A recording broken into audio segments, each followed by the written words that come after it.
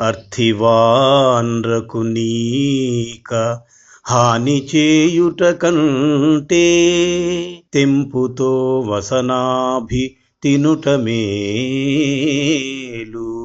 ఆడు బిడ్డల సొమ్ము అపహరించుట కంటే బండగట్టుక నూతబడుట మేలు. పరుల కాంతల బట్టి బల్మిగూడుట కంటే బడబాగ్ని కీలల బడుట మేలు. బ్రతుకజాలక దొంగ పనులు చేయుట కంటే